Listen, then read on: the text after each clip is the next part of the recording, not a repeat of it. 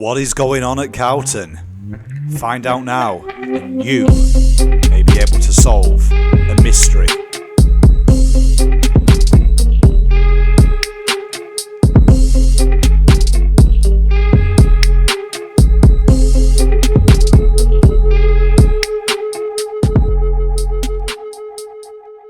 Welcome everyone back to Game Week 2 we're already flying through. I'm Palm and I'm with Alex as usual. How are you going, Alex?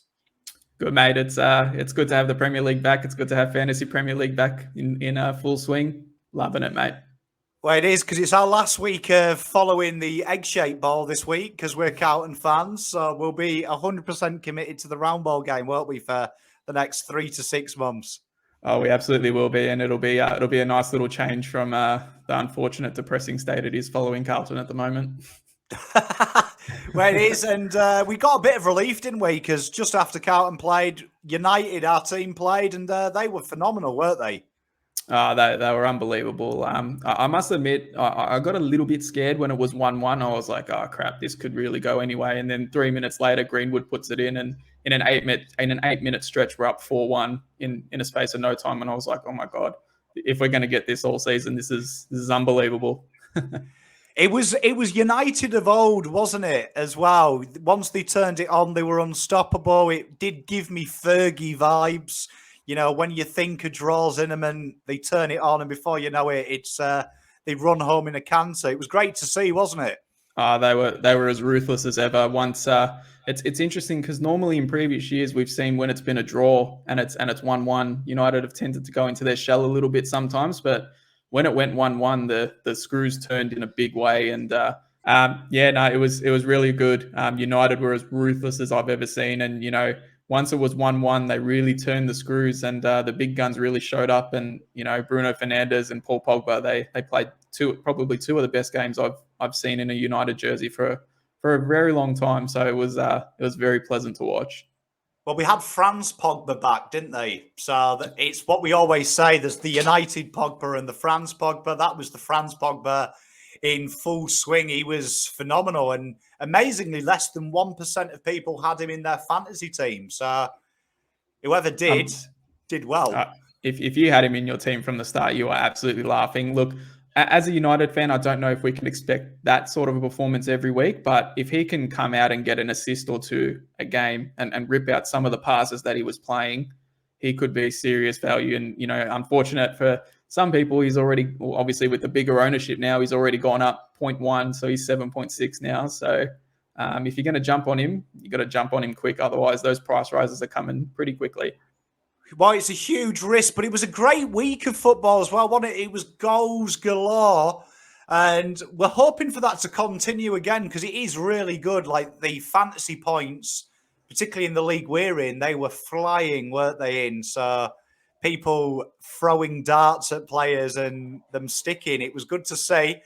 This week we start with Liverpool Burnley. So this week I'm doing the home teams for a player to watch, and Alex is doing the away teams. And with Liverpool, I went with probably the most safest pick ever, and I went Tsimikas at 4.1 now, 6 points last week, but definitely clean sheet galore against Burnley, isn't it? You would say it's as close to a nailed-on clean sheet as you can get. I'd say it's a 95% chance of being a clean sheet, especially at Anfield. They've got the crowds back, at Anfield, full in swing. You'd expect the Liverpool team to come out fit and firing for game week 2, and that clean sheet's looking pretty good. So Tsimikas is a really good pick. He started off a little bit slow, had a couple little mistakes. I think there was just some nerves, first Premier League start and all, but I think once he got into the game, he looked really threatening, looking like Robbo a little bit. So he could be a very good pick, and there's some potential there.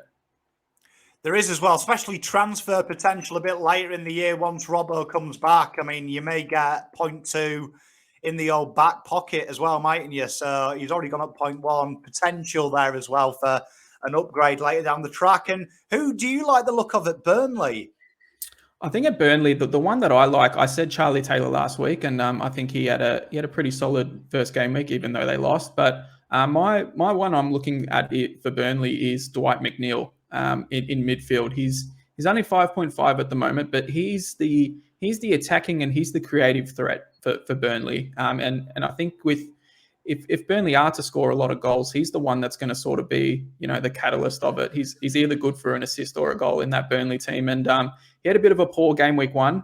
That's fair to say, and probably a fixture we might have hoped that he might have produced a little bit more. But obviously, it's going to be a tough ask against Liverpool. But you think if anyone can get an attacking sort of return against the might of Liverpool, Dwight McNeil could be the man. He's I think at 5.5, if he gets on a bit of a roll, it's a nice cheap option to look to.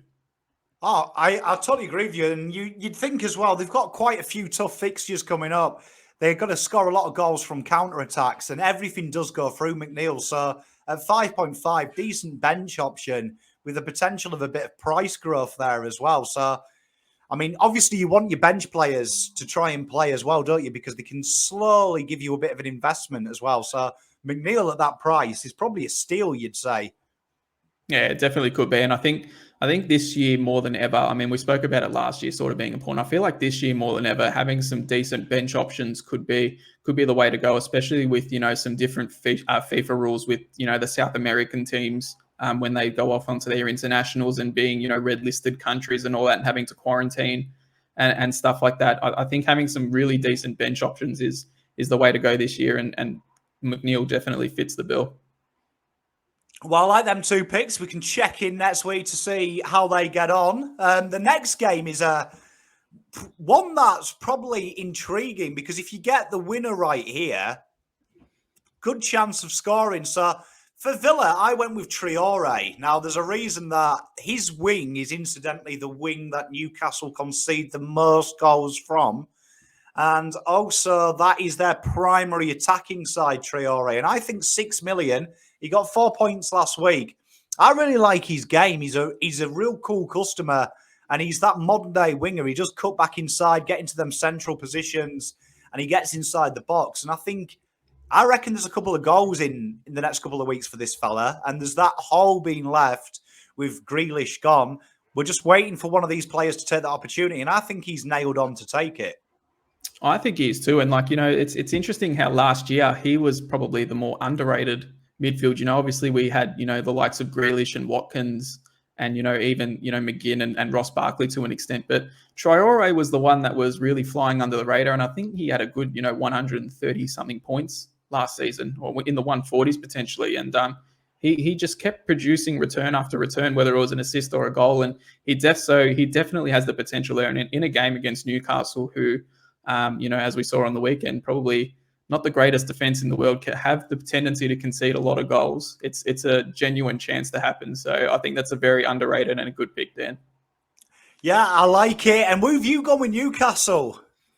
With Newcastle, obviously, I went Callum Wilson last week, and that returned really well. He kicked the first goal of the game, so he continued that streak. That's 8-10 against West Ham. So I would have said the same thing, but the one I'm looking at watching this week is Alan Saint-Maximin at 6.5 up forward. He got the assist, but he's just the flair of the team. When he gets the ball, it looks like something's always going to happen for them. He's quick, he's agile, he's very skillful. We saw that from his assist where he just turned Declan Rice left, right, and centre and put him on absolute skates and crossed that ball into Callum Wilson to finish on an absolute platter. He's got the potential for some big returns, and obviously Callum Wilson's probably the one you initially want, but at 6.5, if you need a 1 mil cheaper option, Maximan definitely has the potential to score some points for Newcastle. He is as well, and I agree with you. 6.5, as a forward status as well, it's cheap. It's really unders for someone that plays a bit deeper than that and gets in amongst the assists as well. So I think that's a shrewd pick. I mean, I was surprised when you sent that through. He was so cheap. He's a player that you watch a lot and you're like, he's a very good footballer, but one probably that you miss with all the stars and all the obvious choices at forward. I think that's a great pick.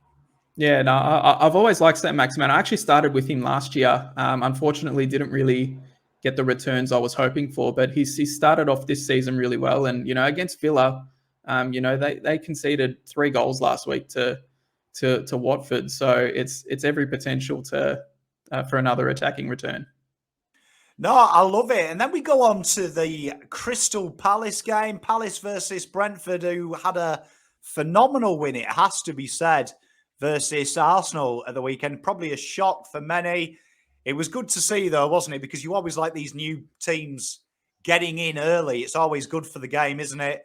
I went with Mitchell in the defence there at Villa. Now, there's two reasons why. He's a set piece little threat when he goes up forward. And also, if you look at their games, there is a couple of sneaky chances for some clean sheets. They are playing sides that you would say aren't the most potent goal scoring sides. So I went with Mitchell 4.5. He only had 1 point last week, but he gets in them areas. He's playing two teams that are susceptible to goals from set pieces. So little chance of a sneaky goal there from him as well. There is, and he's your prototype. He's your prototype left back. As we like to talk about with the likes of Shaw and Dina and all that. If you're going to pick anyone from that sort of position at Crystal Palace, he's definitely the one to pick. And he was a 4 mil defender last year, and everyone was on him very early, and he showed his potential and went up in price like immensely by the end of the season. So if you're looking for a sneaky little pick in the back line, that's potential for attacking returns. I like that Mitchell pick. And who did you pick at Brentford? There's a few players that scored supremely well, so there's probably a bit of value there. Who did you take the look of this week? There definitely is. Obviously last week I picked Ivan Toney because I did Brentford last week, and for obvious reasons. And I think Ivan Toney did really well. And the one that I'm looking at watching this week, though, is someone that didn't really score or assist, but he looked like he had chances to, and that's Brian Mbeumo at 5.5 in the midfield. I actually got up really early to watch that game. I was in such a buzz. I was like, the Premier League's back. Yes, I need some excitement. So I got up and watched the game, and and Mbeumo looks really, really good. He gets himself into some really dangerous spots. He's very skillful. Probably should have had a goal or two, to be honest. He didn't really take his chances, but he looks to be the one that could be the sneaky attacking threat. And if he, like I've said plenty of times, if he gets on a roll at 5.5, whether that's on your bench or on your field, if you want to take that more, he looks a really, really good threat. So someone to definitely keep an eye on. I agree. I think when you look at Brentford, just the way they play, your midfielders and your forwards there, if you can get them for under 6 mil, I think they've got great potential for a price rise because these guys, they play a Hail Mary type game, don't they? So defenders you probably avoid, but your mids and your forwards, there is scoring potential there. Like, I'd be surprised if they don't get eights every week. There's always one midfielder with an 8 or a forward with an 8. I can see it happening because it's a very aggressive style. And he does give me a bit of Audi Bruno Fernandes vibes because he seems to be like the chain puller in that midfield. So someone who can get off the chain, I like that pick. Yeah, no, and watching Brentford, they showed no fear. Like, obviously, I don't think, unfortunately for Arsenal, I don't think very many teams fear Arsenal these days, but Brentford really showed that they really did not fear Arsenal, and they really, really took it to them. And Mbeumo was, the centerpiece of a lot of it, along with Toney. So, yeah, no, I like Mbeumo. I debated starting him, but I was like, I think I might give it a couple game weeks just to see what they're all about. But if he returns this week, could be a definite target for me next week. Oh, 100%. I think he's definitely one to watch. I think a lot of them Brentford players, definitely great bench options in that midfield because they are very underpriced for their return so far. Then we go to Leeds Everton, which traditionally is a good fixture anyway. Two sides that play real positive brands of football. Leeds, there's quite a lot of people to go, but I like Rafinha. I thought he had 1 point last week, and I thought he was probably underdone. He got into the great positions, and you could see they were really attacking that channel. I like him at 6.5. I think it's only a matter of time before he comes good, and you can see everything that's good through Leeds seems to go through one of their wider players. So someone that I think is just waiting to have a good game, and I think Everton, it's a good chance for him to have a good game. Oh yeah, absolutely. Everton have proven, they even proved last week. I know they only conceded the 1 goal, but the way they conceded their goal was in some pretty interesting fashion. So yeah, no, there's definite potential there for Leeds, and we know what Leeds are all about. There doesn't matter if they're 5-0 down or 5-0 up; they're just going to play the same style of football constantly, and it's a real attacking game. As Bielsa ball, as the Leeds fans love to call it. And yeah, no, I like Rafinha. I've got Rafinha in my team, and I didn't start him last week just solely on the fact that, you know, they were playing Manchester United and I wasn't expecting too much. But look, in all fairness, he probably didn't have the greatest game in the world. He did a few stray passes and, you know, probably tried a little bit too much. But you can see that, you know, he's always willing to take the game on. The potential's there. And I think once he gets that first return or two, we could see him go on a bit of a hot streak. So, and Everton, you know, have proven that, you know, it's a potential for it to happen. So I like Rafinha at 6.5. And who did you pick up at Everton? Who's the man for you to watch this week? The one for me this week is Richarlison. Now, Richarlison, I have a bit of a love thing for Richarlison. I just love the way that he plays.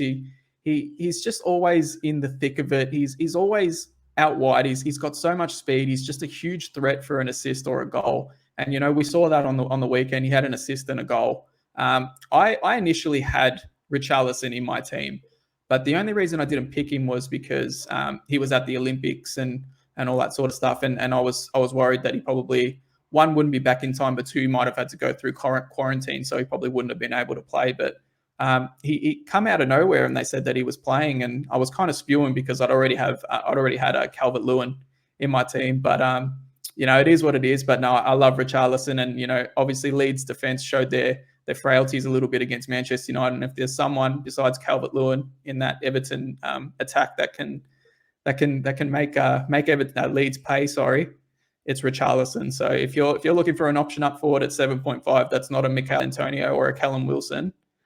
Get on Richarlison. He's a very good option. Oh, I agree. Yeah, I mean, his Olympics was phenomenal, absolutely phenomenal. Like he was a beast, and he's another player a bit like Saint Max at Newcastle as well. I'm surprised some of the bigger clubs haven't sniffed around him because I think he's a lot better than the level that both of them are playing respectively at the clubs, and probably you would say a bit more of a budget option, not just in fantasy but in real football. He's a natural finisher, isn't he? And he's a player that. He's got goals written all over him. Last week, his finish was brilliant. And he gets in them areas, doesn't he? He gets in them areas that he is going to have one or two shots on goal, which is what you're looking for as a fantasy manager. You want him to be in scoring chances. So whether they're playing well or playing bad, the ball invariably falls in his danger spot. So I love that pick because 7.6, he's definitely a 10 million worth striker on his day. He's a phenomenal talent, and you know, I think he's a player that can get very streaky as well. I had him last season, and he went on a streak of about 2 or 3 games where he had a goal and assist that felt like literally every game. So yeah, he's a very streaky player, and when he's on, he's on. And against Leeds, you could almost back him in to get maybe at least one return. No, I agree. I love that pick, and he's going to definitely be an interesting game as well. I reckon that'll be a quality game as well of football to watch. Then we go to probably a game that on paper should be one-sided. And I've got the luxury of picking City this week against Norwich. And I'm picking, there's only one man for the job. I've got a bit of a love affair. I know I'm wearing my University Coventry shirt today. So any university friends will hate me for picking a former Villa boy. But Jackie Grealish, I loved his game last week. Now, it was only 1 point. But the areas this guy oscillates in and where he's finding the ball just outside the box, I think this guy's got goals and assists written all over him. I think it's only a matter of time before that 8 million looks like the best 8 million you ever spend. And I'm going to say a big call here. I guarantee he's in double figures this week.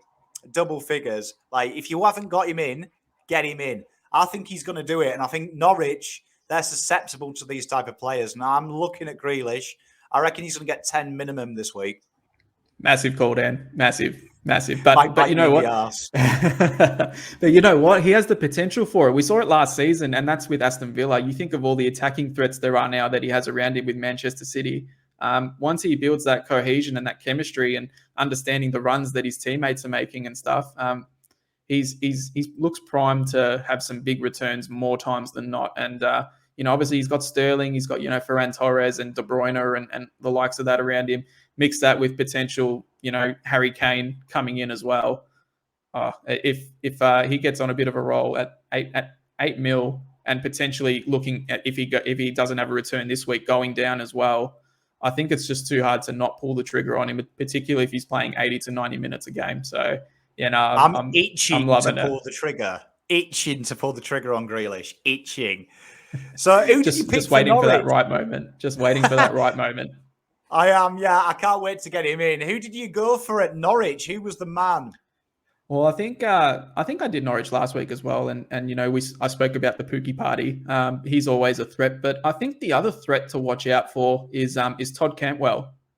He's a 5.5 midfielder for Norwich, and look, Norwich have got a very tough start to the season. Let's be real. You know they've got Liverpool, they've got City this week. It's not an easy little stretch of games, but um, Cantwell's a guy that, you know, against Liverpool, he got into some really dangerous spots and, you know, very could have easily had an assist or so against them. It's just a shame that their finishing wasn't too crash hot. But I think he's going to be one that's always going to be in the line for some attacking potential in Norwich's attack. And, you know, they lost Buendia this offseason, and Cantwell looks like to be that guy that's going to take that responsibility and be the main source along with Pookie. So he's definitely someone I'm going to watch, even though it is against Manchester City, and we're probably not expecting too much from a Norwich outfit anyways. Oh, I love it. He's very good on the ball as well. He puts them balls through as well. So he's got high assist potential. He's really underrated as well. I agree with you. Like, he's a player that no one talks about. But yeah, and he takes their set pieces as well. I think more times than not as well. So there's some set piece potential there as well. And if Norwich are going to get some goals against the bigger clubs like Manchester City and so on and so forth, it's going to be from set pieces as well. So yeah, there's potential there. I love that pick as well. And like when we're talking under 6 million, these are the guys that most people have a 6 million player on their bench. And like you say, Cantwell, if he gets a couple of free kicks against these clubs, you're going to see his ownership go up. You're going to see his price rise. And if you've got him in now, all it takes is a couple of price rises. And that's like the difference between, you know, a medium forward to an elite premium forward in a couple of weeks' time. So great. I like that pick. And Well, I think, yeah, he's going to be a player.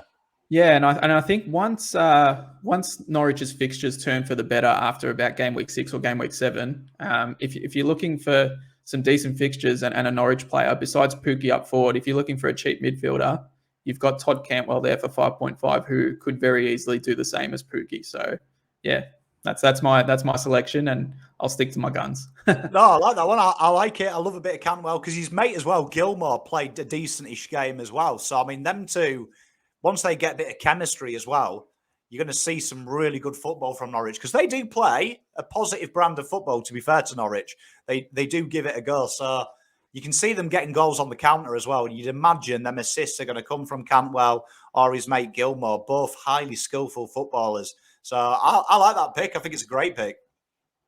We'll see how it goes. Well, then we've got Brighton, Watford, and I think there's these two teams. When we were doing the research for this, I don't know about you, but there's a lot of potential in these lineups. I got lumbered with Brighton though, and I went with March in their midfield. I like his game. 2 points last week. He literally is always going to get you pretty much 2 points as well because he plays pretty much 90 minutes every time for them. But I like him. I think he's got some. He really holds them together.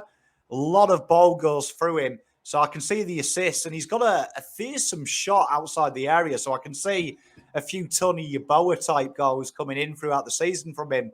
And I think 5.5, again, another player that is always that bench option if you're looking, if Brighton get on a run as well. And you'd imagine March, he's got a couple of decent players in McArthur and Morpah to play to. Both of them are very good finishers as well. So a guy that I'm looking at as a potential bench option if I want to downgrade who's on my bench at the moment. I feel like Solly March is a real consistent and just he's always seems to play 90 minutes no matter what happens. And yeah, he is a bit of a threat. And I remember, you know, last year when Brighton played against Manchester United, Solly March was just playing out of his absolute skin. He kicked a goal and probably could have had 2 goals. I think he hit the post about 3 times. So, you know, he's got a ripping shot on him. There's playing out wide. He's got some serious potential. And yeah, he's definitely one to look at, along with probably Trossard on the other wing. So, yeah, I like it, Dan. And who did you find at Watford? I'm excited about this pick. Well, I picked Ismail Assar last week, and I got some nice returns there. So I'm 1 for 1 with Watford, and hopefully going 2 from 2 from Watford. And that's Emmanuel Dennis at 5 mil up forward. That is almost as cheap as you could ask for. Obviously, 4.5 is the cheap of the cheap, but if you're looking for the next best, Emmanuel Dennis, 1 goal and 1 assist as well, along with Sarr. He just looked electric. He got into some awesome positions. He kicked the first goal. He set up Sarr's goal as well.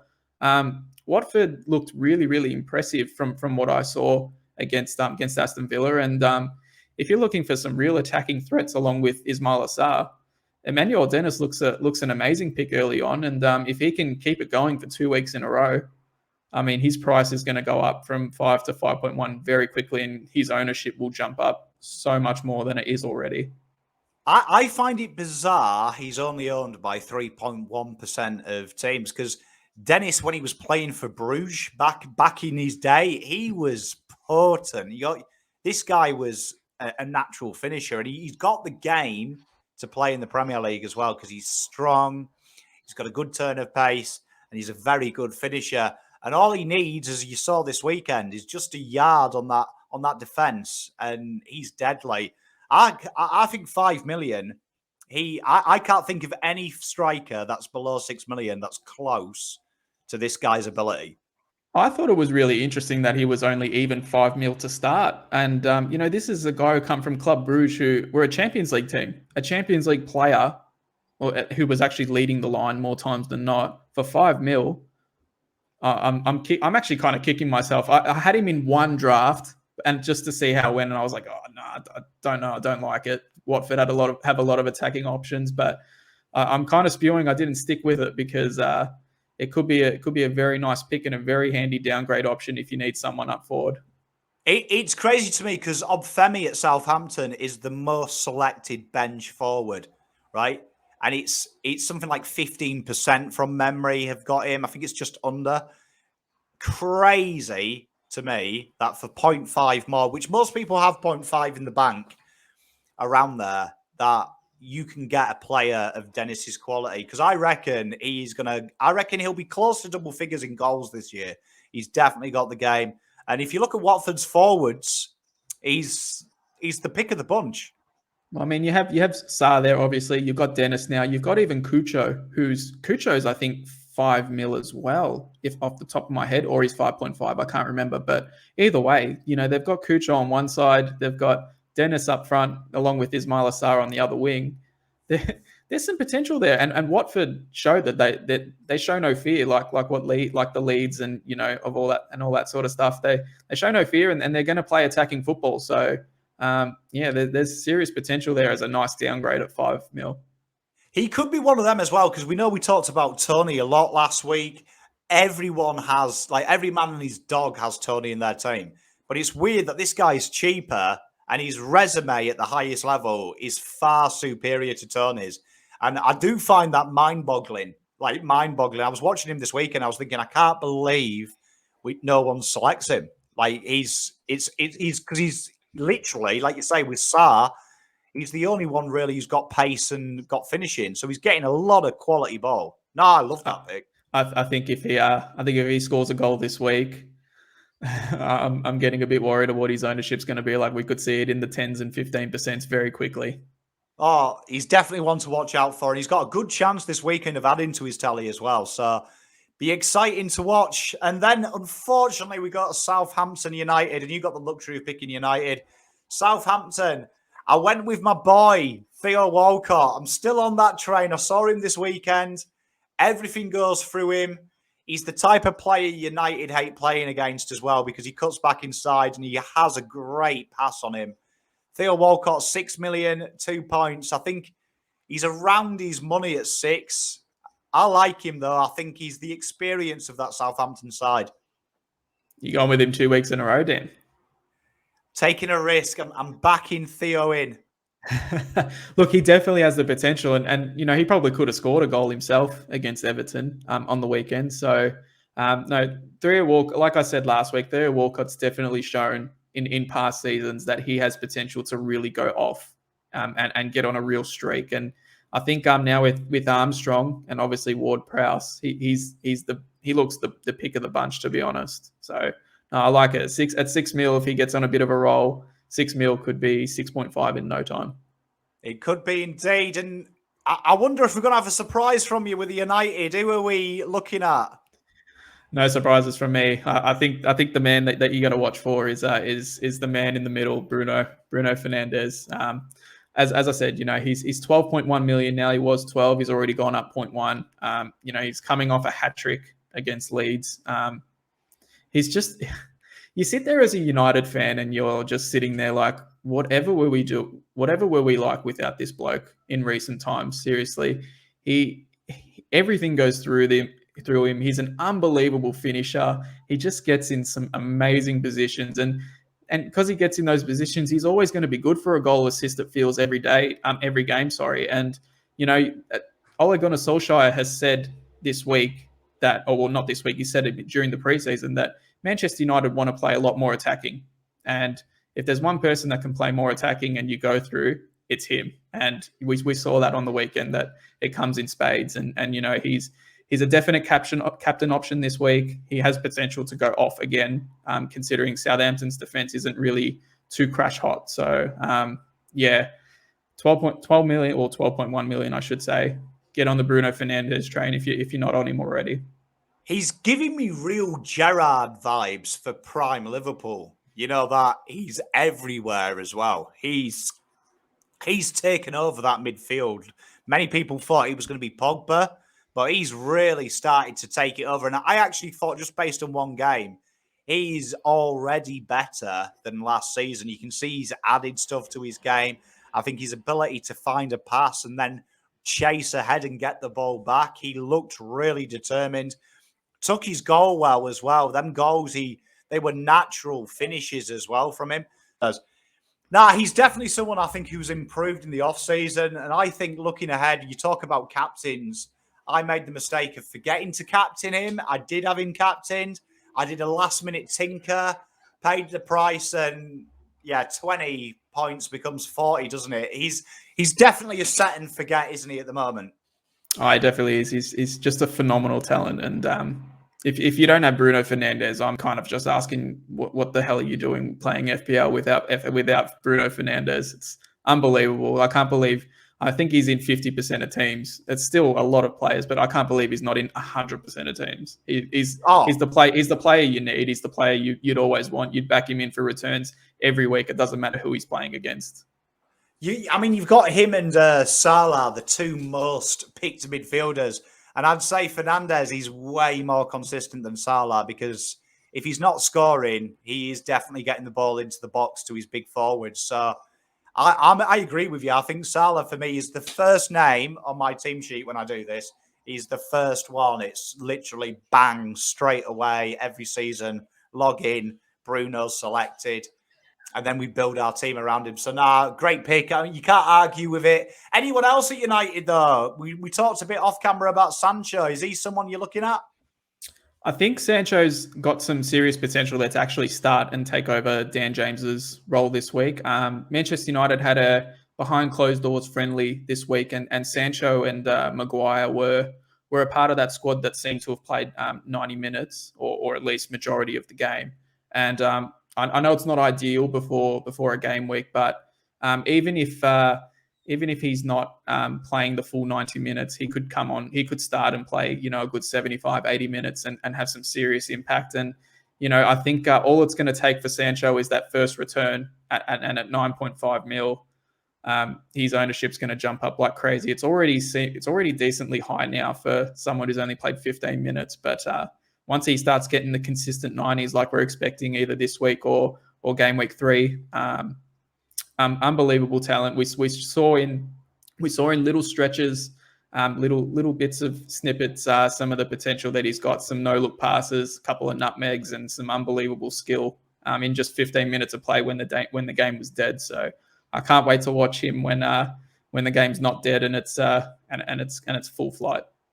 Oh, no, I'm with you. I think he's a phenomenal footballer, and you only have to look at his Bundesliga form. He is an assist king. So Greenwood in that kind of form, Rashford, Cavani to come through as well. He could be in the assist in the assist points big style, couldn't he? He could. Has anyone ever got 20 assists in one season? Because I feel like if there's someone that can do it, could be Sancho. Oh, I'm with you, and especially with how Greenwood as well. His finishing was impeccable this week and gave me That Michael Owen vibes. How he opened his that body up for that. that second goal, the angle that he was on, and to place it as well as he did, that's just, Solskjaer has come out and said Greenwood is the best finisher at the club, and you look at a goal like that, and you absolutely agree with him. It was a phenomenal finish. He just looked super dangerous, and yeah, he's in the midfield too, and at 7.5, until Rashford's back, you'd almost back him in to play every week and get some serious returns. So yeah, no, I like Greenwood as well. Definitely another one to watch. I feel like almost everyone at Manchester United is someone to watch, given how attacking they're due to play this year, and we saw that against Leeds, and could very well happen against Southampton as well. I agree with you. And then we go to one of the teams that was the surprise last week, getting the win against City, and they're playing Wolves. So I've got the luxury of picking a Wolves guy, and I'm excited about this one because if you watch Wolves play this week, they play that 3-5-2. So technically, you can cheat with your defender because he's effectively going to be a winger. And I've gone with Aït-Nouri here, 4.5. He didn't play last week. He's expected to play this week. And he is a phenomenal talent. He is a definite marauding right back. He likes to overlap, get in them attacking positions. And I think for 4.5, he's a guy that could potentially go off this year in a 3-5-2. And I'm excited about this fella. Yeah, no, he only played the few games last season as well. But when he did play, he looked absolutely amazing at that left wing back position, and he loves beaming forward and looking for a goal or an assist somewhere. So at 4.5, once Wolves start getting on the clean sheet train, if he can play consistently and get some consistent time, I don't think you can go wrong with 4.5 mil defender. There's just so much value there. And yeah, it's a great pick. I like it, Dan, especially if he plays 90 minutes this week. He gives me a Gareth Bale vibe as well, that I think he will start to become more aggressive because he actually does have a decent shot in him as well. And as we know, goals from defenders, they really do help you out. So I can just feel that he gets in them attacking third. If he gets a couple of goals as well, that 4.5 million is ridiculous value. I mean, we saw it last season with Stuart Dallas from Leeds. Kicked a lot of goals, got a fair few assists, and obviously the clean sheet mix as well. He scored 160 or 170 points last season. So unbelievable. And yeah, if Aït-Nouri can really nail down that left wing back spot, he's got the potential to do a repeat of Stuart Dallas from last season. Let's hope. Let's hope. So who did you pick at Tottenham? They had a lot to think about when you watch Tottenham as well, because under the new coach, they've really changed their game plan quite drastically from last season. Who's taken your eye there? Well, I said Son Heung-min. I'll take that another one as someone that played really well, and I'm stupid enough to take him out of my team just before the deadline. But it is what it is. We all make mistakes. But the one that I'm watching this week is Steven Bergwijn at on the wing at 6 mil. He was the one that provided the assist for Son, and he just seemed to just be playing with just a new level of confidence. I think the new coach coming in has really helped him, and you could see it against Manchester City. I don't think many were expecting Tottenham to be extremely threatening against Manchester City, but when they did go forward, Bergwijn looked energetic. He looked up and about, and he provided the assist, so he's already got a return. And a 6 mil in the midfield, if he can nail down that left wing spot alongside with Son, they've got that chemistry there, as we've seen, and there's potential there to put up some big scores. So I like Steven Bergwijn. He's very underrated, and he could be a very good pick. I think if Kane as well ends up going to City, you saw there how Tottenham are going to play. You kind of got like the cheat sheet for a couple of weeks' time. And like you say, he's probably nailed on if Kane goes because they'll just play Son as the deepest forward. Scarlett's still a little bit wet behind the ears to take that full time. So the way they play, Mora and him were literally the catalysts as well on the counter-attack. So both of them players, along with Son, could be huge scorers. Kind of becoming a bit of a Mane Salah with Spurs, isn't it? Which winger are you going to go in with? Because it looks like a lot's going to go through that wing.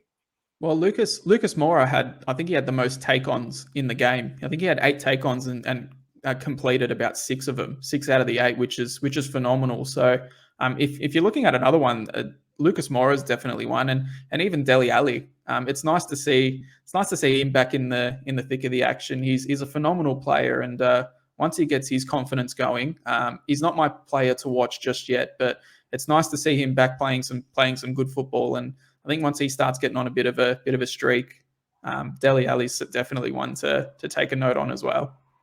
No, it's good to see Dele Alli back in a bit of form as well, isn't it? Because he's had a horrific 2 years. And hopefully, under the new coach, he seems to have got that free roll back, playing a little bit more looser and allowed to roam around and find the ball. Long may it continue, because, a lot's going to be expected on him if they do lose Kane. He's definitely really going to be an integral part of that side. So good all round, and he's a little bit undervalued as well, isn't he? So someone to keep an eye out on. Yeah, absolutely. And then we go to a game that probably 10 years ago would be the tie of the round, but you just don't know which Arsenal show up at the minute.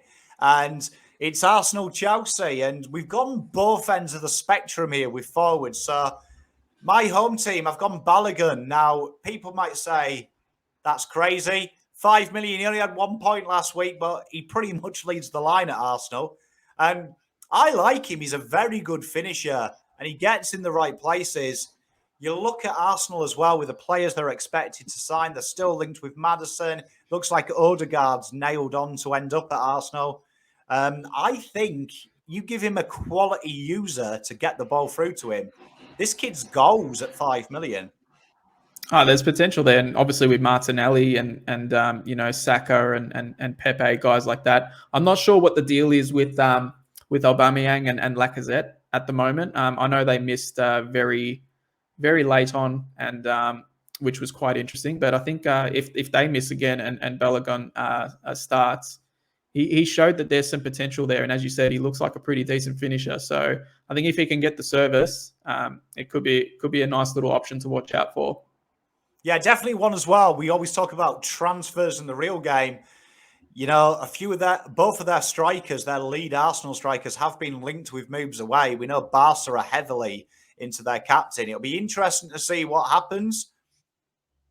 It will be. Looking, I think Arsenal have been pretty. I mean, albeit not really signing like the world-class superstar talent, but they've been quite busy this transfer window, Arsenal, and I don't think it's going to end here. No, I think they might be doing some moves just last minute. I think they'll be one of them sides, and particularly if Lacazette goes or any of their strikers go, I think they may dip their feet into the market. And also, I think that helps Balogun out, because I think they'll probably just bite the bullet and go with him as their lead striker. Who did you pick for Chelsea?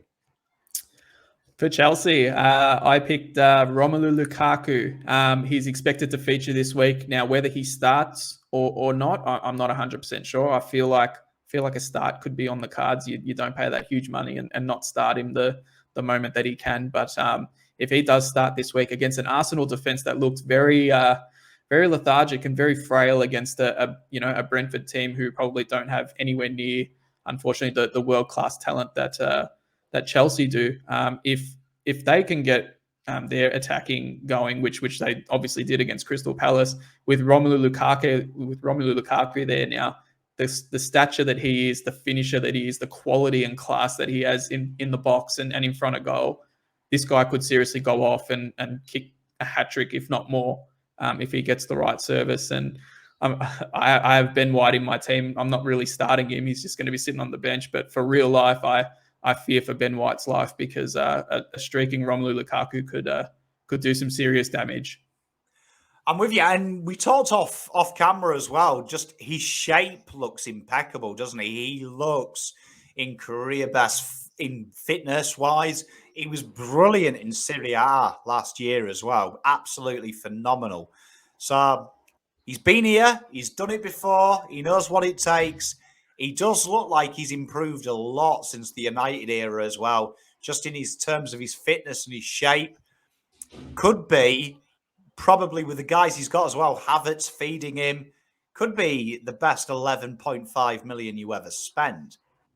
He just looks unbelievably fit. He just looks so toned and so muscly now. He looks like he's moving a lot better. We saw that at Inter.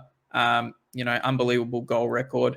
And as you said, he's been in the Premier League, for a few years now. He's gotten that confidence back with Inter, and I think this is a man that's coming back to prove a point that he's going to prove some serious doubters wrong. And Chelsea are looking very good to start the season, and I see them improving even more in an even bigger game against Arsenal this week.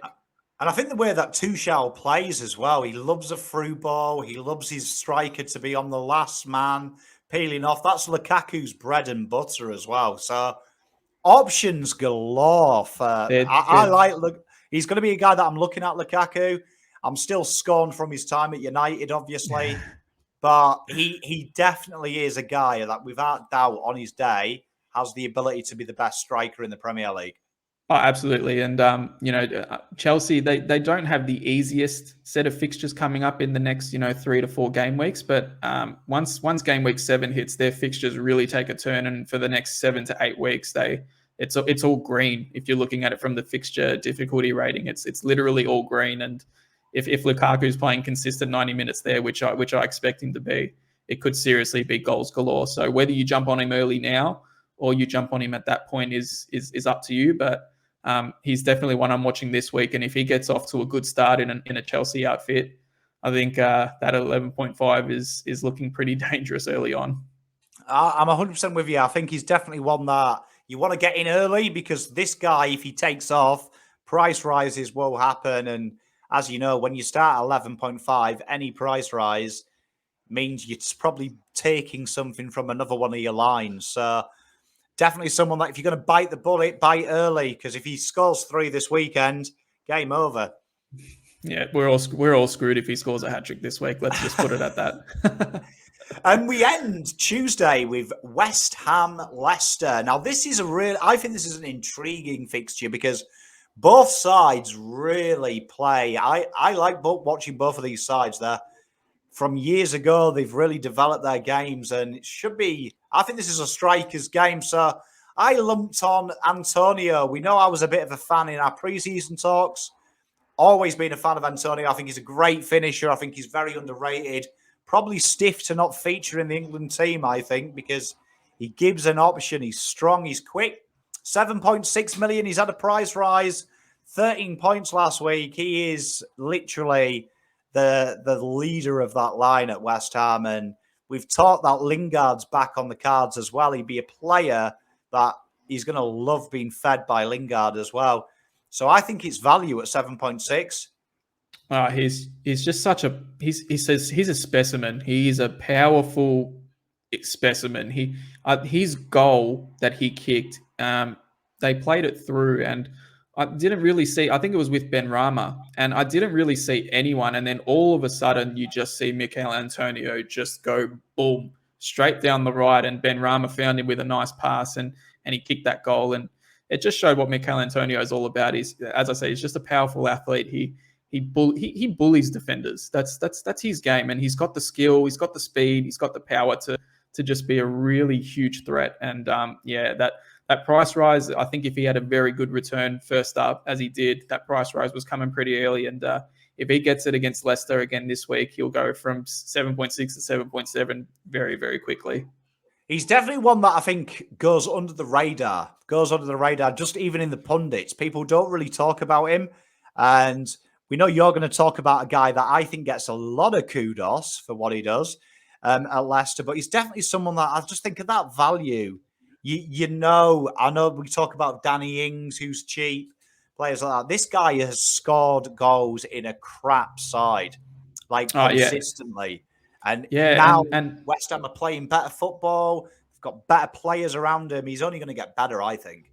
Oh, absolutely. And you know what? He kicked the 1 goal and had 1 assist, but he should have had 2 goals. He missed a penalty. I think a lot of people, I should have mentioned before, he missed a penalty as well. So obviously he lost 2 points there from his score. So could have very well been a 17, 18 point haul from him last week. So he's definitely a man that's in form, and if he kicks another one this week, if not even more, yeah, it's a very good proposition to have Antonio early on.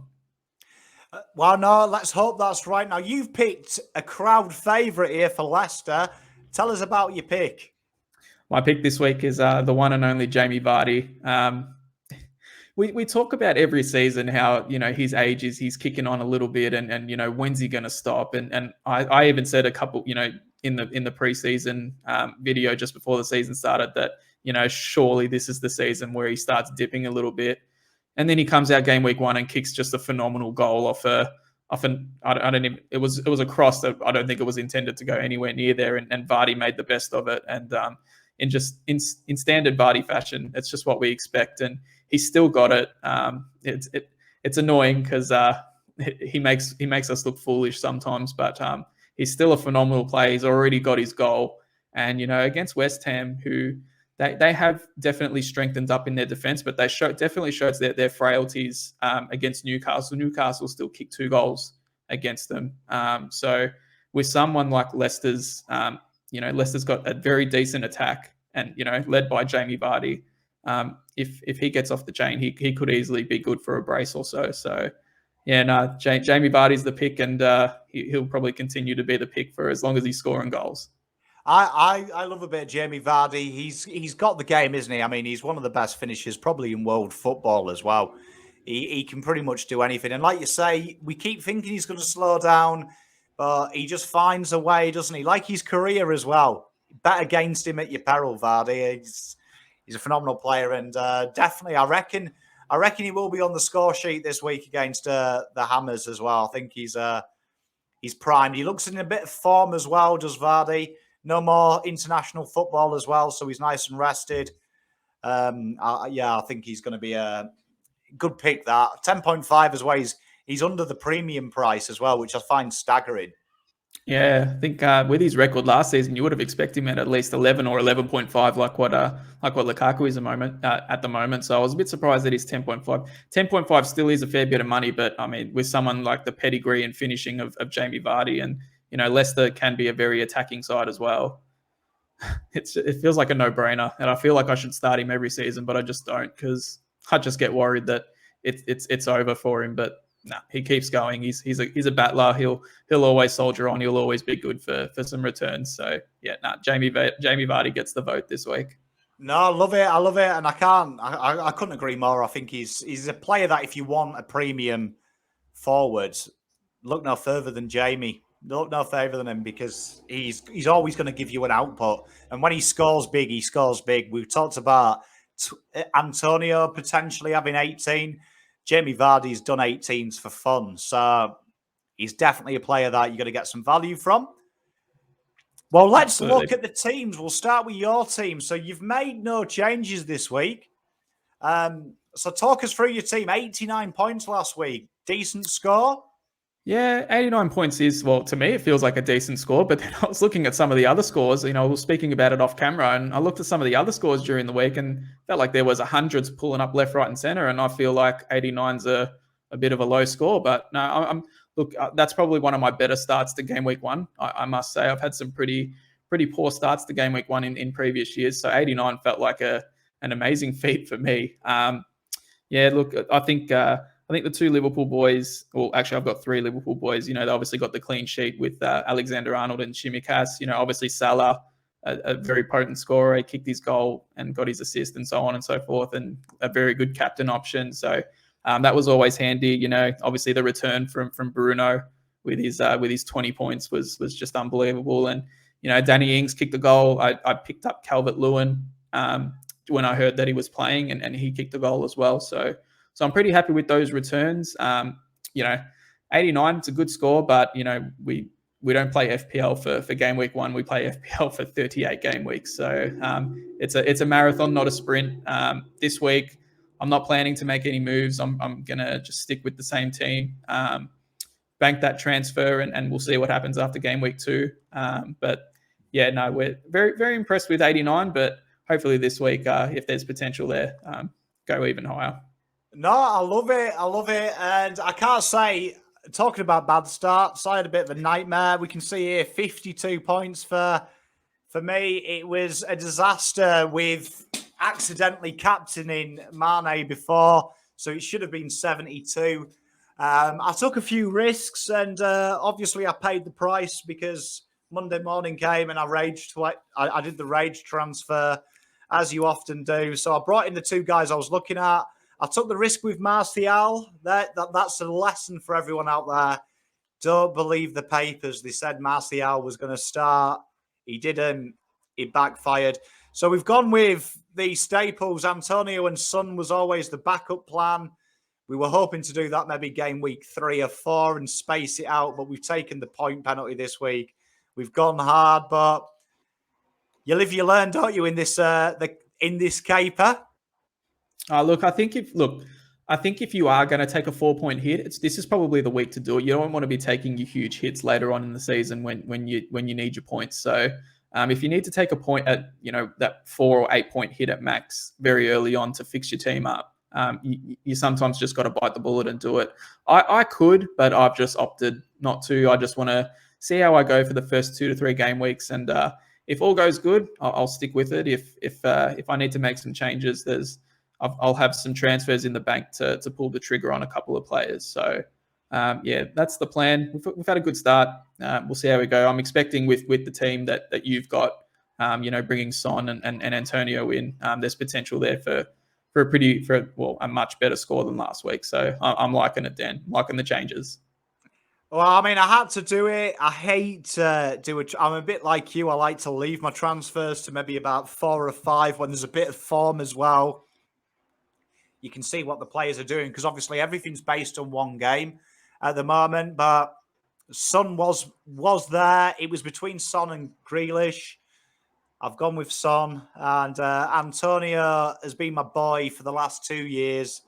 And I took the risk. I wanted a bit of difference. So I've kind of gone in there. But I was happy with some of them players. I was happy with Ben Rama. I was still surprised the morning of the game no one had bit on him yet.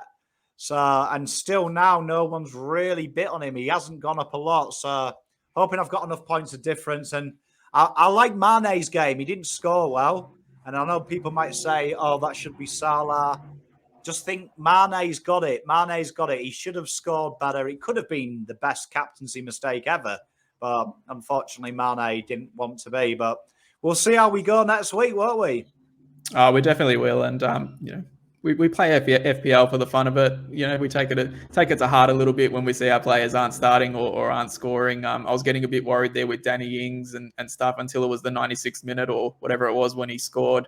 And I was like, oh, thank God he scored because that was looking like a bad pick at 8.0. But, players like that, it is what it is. You hope for the best in Fantasy Premier League. It's not sort of like your AFL Supercoach and all that where you sort of know what you're going to get from certain players. Anything can happen in FPL and anyone could pop up at any moment. So, we'll see how we go in game week 2. Hopefully it's better for the both of us. Let's hope so. Well, that's it for this week. Let us know in the comments if anyone you're risking, who you risking, how did you get on in week 1? We'll be on next week to see if our decisions were good. Until next week, see you later.